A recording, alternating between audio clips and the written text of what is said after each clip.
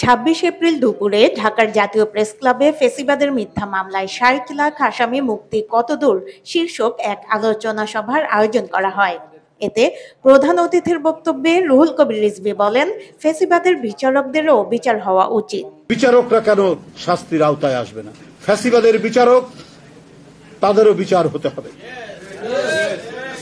আমরা নুরেমবার্গ ট্রায়ালে দেখেছি, হিটলারের যারা আদালতের যারা বিচারক ছিলেন, যারা কোন ধরনের যুক্তির কথা না শুনে হিটলারের কথায় লক্ষ লক্ষ কয়েদিকে পুড়িয়ে মারার যারা সিদ্ধান্ত দিয়েছেন, বিচার করেছেন, তাদের বিচার হয়নি।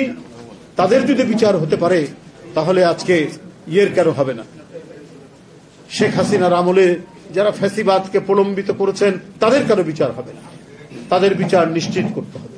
বিএনপি নেতাকর্মীদের মামলার দ্রুত নিষ্পত্তির দাবি জানান তিনি। 60 লক্ষ যে আসামি, এই আসামি কেউ শেখ হাসিনার বিরুদ্ধে আন্দোলনরত নেতাকর্মী যাদের বিরুদ্ধে দেওয়া হয়েছে, এখানে যে আসামিদের তালিকা, এরা কেউ সামাজিকভাবে কোনো অপরাধ, অনৈতিক কোনো কর্মকাণ্ডের সাথে কেউ জড়িত নন।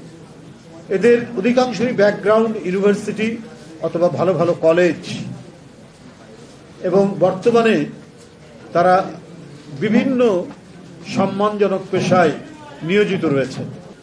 যে 60 লক্ষ নেতাকর্মীর যে মামলা, সেই মামলা 8 মাস চলে যাওয়ার পর এটা আদালতের সেলফে থাকার কথা ছিল না। অতি দ্রুত এই মামলাগুলোর নিষ্পত্তি করে 15-16 বছর ধরে যারা বাড়িতে যেতে পারেনি, এলাকায় যেতে পারেনি, নিজের মা বাপের সাথে ঈদ করতে পারেনি, স্ত্রীর সাথে সন্তানের সাথে যে দেখা করতে পারেনি, এরকম পরিস্থিতি গেছে, তাদের এখন হয়তো পরিস্থিতির উন্নতি এখন যেতে পারে, কিন্তু মানসিক স্বস্তিতে পাচ্ছে না, কারণ তার মাথার উপর ডেমোক্রেসির তরবারি ঝুলছে এই মামলাগুলো। ফারহানা নীলা, সারা বাংলা .net, ঢাকা।